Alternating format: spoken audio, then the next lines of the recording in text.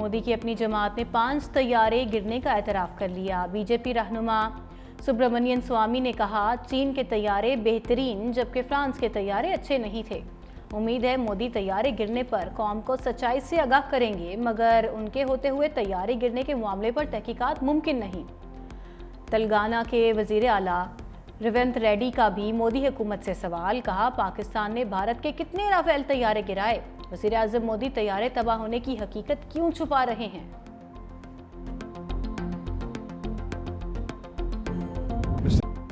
جنگ بندی کے لیے پاؤں پکڑنے والے بھارت کا راہ فرار، کانگریس رہنما ششی تھرور نے ٹرمپ کے ثالثی کردار کو یکسر مسترد کر دیا۔ کہا امریکی صدر نے صرف پیغامات اور بات چیت کا کردار ادا کیا، یہ ثالثی نہیں۔ ٹرمپ میں صدر کے اوصاف نہیں۔ دفاع ماہرین کا کہنا ہے بی جے پی ششی تھرور کی اہلیہ کے قتل کیس کو بطور بلیک میلنگ استعمال کر رہی ہے۔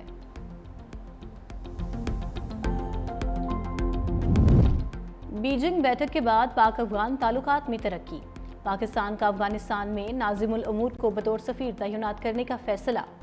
ایکس پہ اسحاق ڈار نے کہا 19 اپریل کو کابل کے دورے کے بعد تعلقات میں مثبت پیش رفت جاری ہے، خوشی ہے اب کابل میں ناظم الامور کی بجائے سفیر تعینات کیا جائے گا۔ اقدام سے پاک افغان تعلقات مزید بہتر ہوں گے، معاشی تعاون کو فروغ ملے گا۔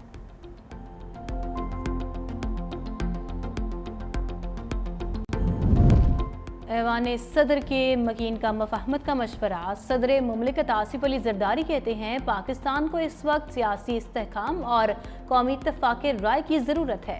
ملکی معیشت کو مضبوط بنانے کے لیے سب کو مشترکہ حکمت عملی اختیار کرنا ہوگی۔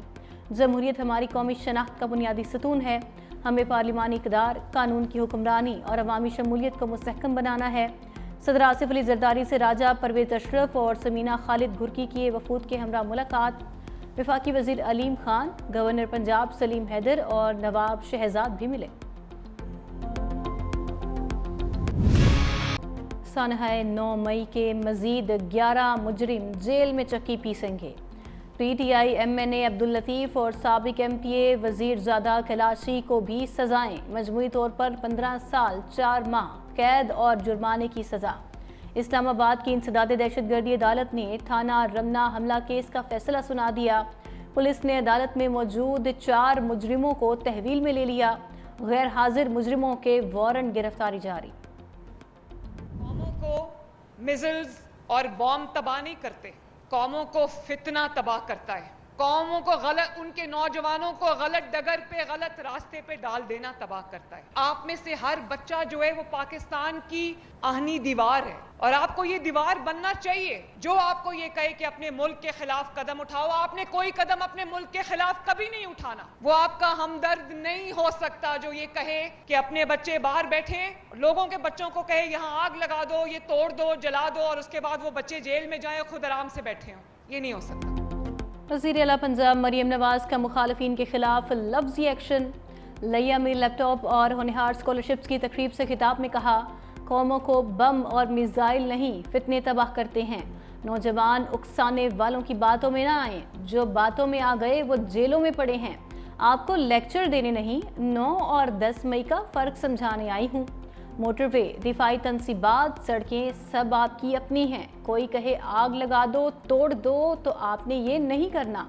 چاہتی ہوں تمام بچے پاکستان کے لیے بنیان المرصوص بنے۔ فیلڈ مارشل کو بھارت کے خلاف شاندار فتح پر سلام پیش کرتے ہیں۔ وزیر اعلیٰ پنجاب کا لیا میں فوری میڈیکل کالج کی تعمیر کا اعلان۔ بڑی عید پر چھٹیوں کا بڑا پیکج، وزیر اعظم کی 4 روز کی تعطیلات کی منظوری۔ ذرائع کے مطابق 6 سے 9 جون تک عید قرباں کی چھٹیاں ہوں گی، چھٹیوں کا نوٹیفیکیشن جلد جاری ہوگا۔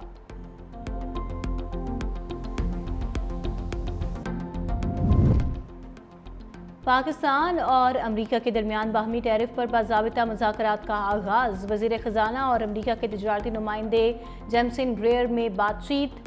فریقین کا آئندہ چند ہفتوں میں تکنیکی سطح پر تفصیلی مذاکرات پر اتفاق، مذاکرات کو جلد از جلد کامیابی سے مکمل کرنے کے عزم کا اظہار۔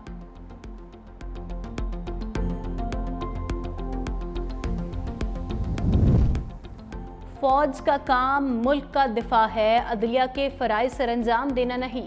فوجی عدالتوں میں سویلین ٹرائل کیس میں جسٹس جمال مندوخیل اور جسٹس نعیم اختر افغان کا اختلافی نوٹ۔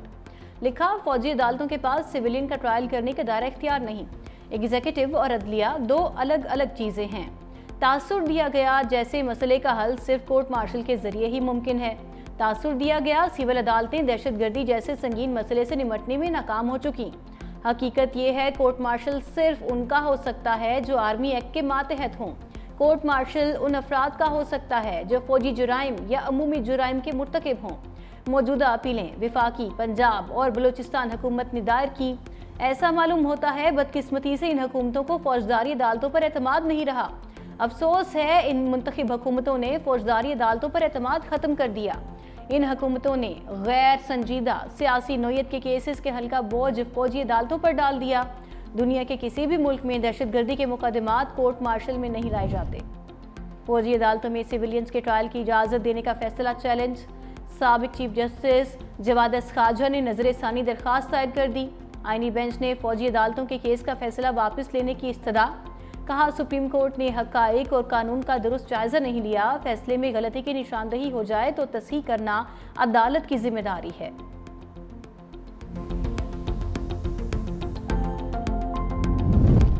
تحریک انصاف نے کبھی مخصوص نشستوں کی استدعا نہیں کی، الیکشن کمیشن کی سپریم کورٹ میں تحریری گزارشات جمع۔ لکھا تحریک انصاف نے کسی فورم پر مخصوص نشستیں نہیں مانگی۔ 12 جولائی کے فیصلے میں سنی اتحاد کونسل کو تحریک انصاف سے بدل دیا گیا۔ مخصوص نشستوں کی فہرست الیکشن پروگرام کے مطابق پولنگ سے قبل جمع ہوتی ہے۔ فیصلے میں تحریک انصاف کو مخصوص نشستوں کی فہرست جمع کرانے کا حکم دیا گیا۔ الیکشن کے بعد مخصوص نشستیں جمع کرانے کا حکم قانون کے برخلاف ہے۔ پیپلز پارٹی نے بھی تحریری گزارشات جمع کرا دی۔ موقف اپنایا کہ اصل تنازع صرف یہ تھا کیا سنی اتحاد کونسل کو مخصوص نشستیں ملنی چاہیے۔ پی ٹی آئی کے حق میں مخصوص نشستوں کا معاملہ زیر غور ہی نہیں تھا۔ سپریم کورٹ نے مخصوص نشستوں میں ایسا فیصلہ دیا جو درخواست سے متعلق نہیں تھا۔ عدالت نے کیس میں اپنے دائرہ کار سے تجاوز کیا۔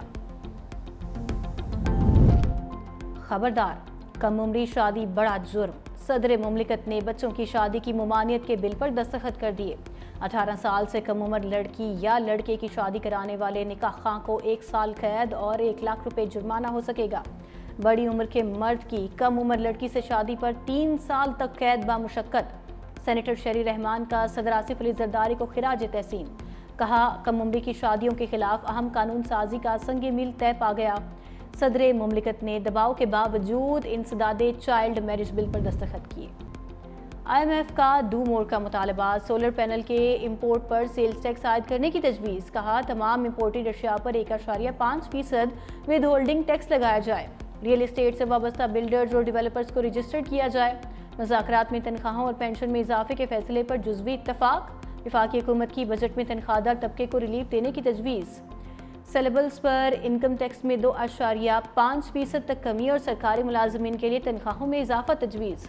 ماہانہ 1 لاکھ تنخواہ پر انکم ٹیکس 5% سے کم کر کے 2.5% کرنے کی تجویز۔ 1,83,000 روپے ماہانہ تنخواہ پر انکم ٹیکس کی شرح 15 سے کم کر کے 12.5% ہونے کا امکان۔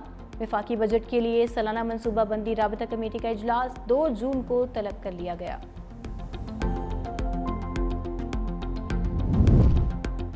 سندھ حکومت کا عید پر کرائم کی شکایات کے ازالے کے لیے اہم اقدام۔ صوبائی اور ریجنل ٹرانسپورٹ افسران کی تمام تعطیلات منسوخ۔ سینئر وزیر سندھ شرجیل میمن کہتے ہیں عید پر لاکھوں شہری سفر کرتے ہیں، عوامی سہولت اولین ترجیح ہے۔ عوام کو کرایوں میں زیادتی سے بچانے کے لیے افسران کی چھٹیاں منسوخ کی۔ عید پر عوام کی مجبوری سے فائدہ اٹھانے کی اجازت نہیں دی جائے گی۔